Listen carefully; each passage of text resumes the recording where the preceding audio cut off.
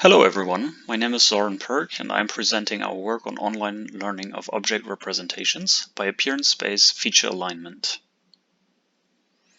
The main motivation for this work was to develop a method that enables agents to identify unknown objects in human activity spaces.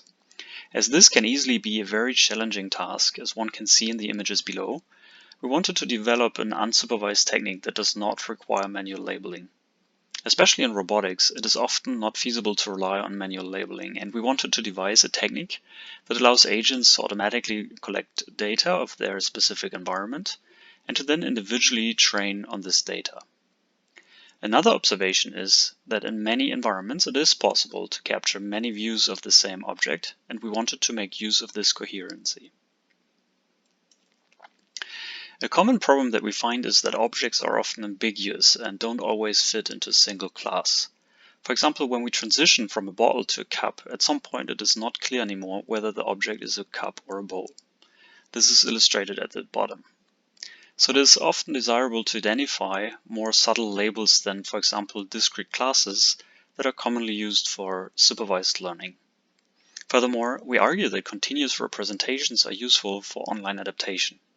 Because we do not rely on manually provided labels, an agent can self-teach itself to differentiate objects, which is especially useful when it is deployed in new environments. Another motivation is that object identification and matching is a challenging and open problem. For the scenes in this experiment, we detected objects and tried to associate each object to itself based on common ResNet 50 embeddings. Red bounding boxes indicate that an object was not properly matched to itself. Especially for objects that are not part of the training set, this often fails and does not lead to meaningful results. To overcome this problem, we introduce object-contrastive networks, or short OCNs. An OCN is trained as a set of additional layers on top of a common ResNet 50 embedding, as shown on the right. Objects are detected and embedded individually. We then use a metric learning loss to track objects that are similar to each other and to repulse objects that are different.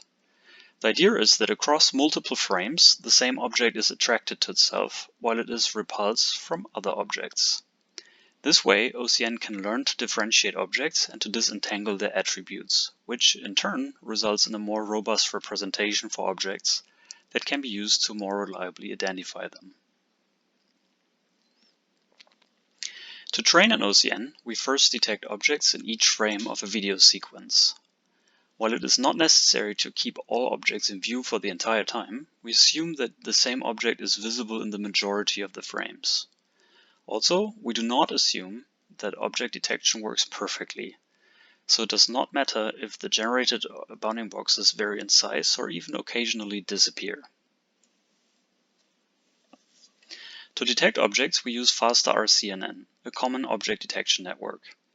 It is important to note that we only rely on detecting the bounding boxes, which is sometimes also referred to as objectness detection. We do not rely on detecting the classes. Put differently, we are not dependent on the accuracy of the object detection network, but only required to generate meaningful bounding boxes. Once objects are detected for two views, we use ResNet 50 as a convolutional neural network to generate an embedding vector for each object individually. This is shown at the top. We then compute a distance matrix for these embeddings and select objects with the closest distance as a pair. Columns represent objects of one view, rows the objects of another view. In metric learning terms, the closest pair is described as anchor positive pair. As we rely on a pre-trained ResNet 50 network to generate embeddings, it is likely that these embeddings are similar for the same object observed in different views, and therefore that the same object is matched to itself. However, it may happen that an object is not detected in a particular frame and that it is associated to another object. This is bad and creates noise during training. However, as long as enough frames in the video sequence show the corresponding objects, so that they are matched based on their embeddings, training will eventually converge.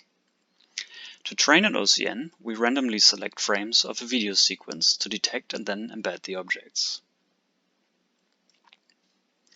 Here we see examples of anchor positive pairs on the left and anchor negative pairs on the right. We use n-pairs laws as metric learning laws as it is not required to explicitly select anchor-negative pairs.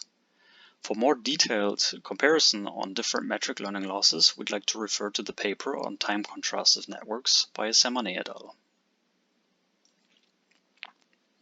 As described, an OCN embedding can be trained as a set of 2 additional dense layers on top of a common ConvNet architecture such as ResNet 50. For more details on how to set up an OCN, we'd like to refer to the paper.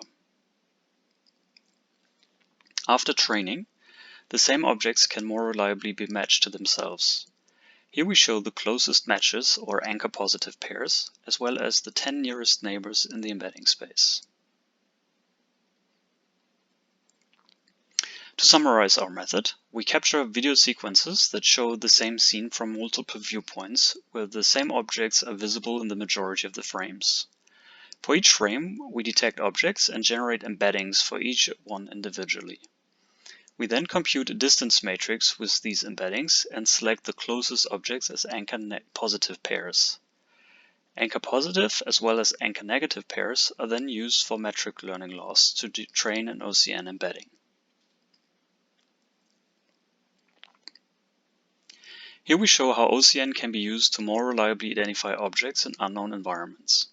The red graph in the diagram at the top shows a baseline where we use ResNet 50 embeddings to match objects to themselves. Red bounding boxes again indicate a mismatch. The blue graph shows results for OCN where we train on progressively more frames.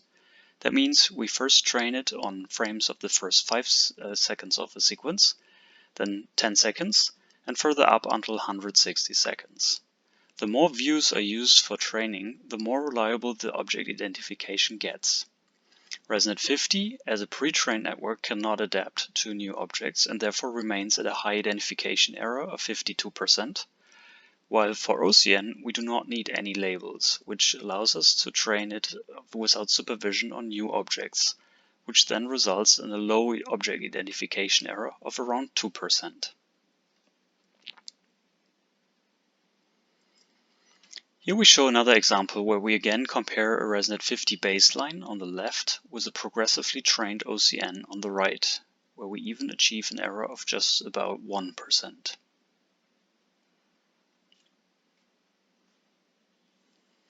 In this experiment, we show how OCN can be used in a robotics context. A robot is shown an object and we then ask it to point to the most similar object in the scene at the back. While a common object detector or classifier would just allow to predict the class and location of an object, OCN can differentiate objects based on more subtle features such as object shape or texture, which also allows us to differentiate objects even within the same class. Here we show a qualitative evaluation of the nearest neighbors of selected objects.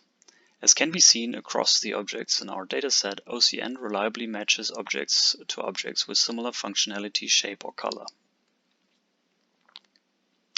Finally, as quantitative evaluation, we compared OCN to a number of upper and lower bound baselines for object attribute classification. Please refer to the paper for more details. To summarize, we presented an unsupervised representation learning algorithm that allows us to differentiate objects based on more nuanced attributes compared to just class labels.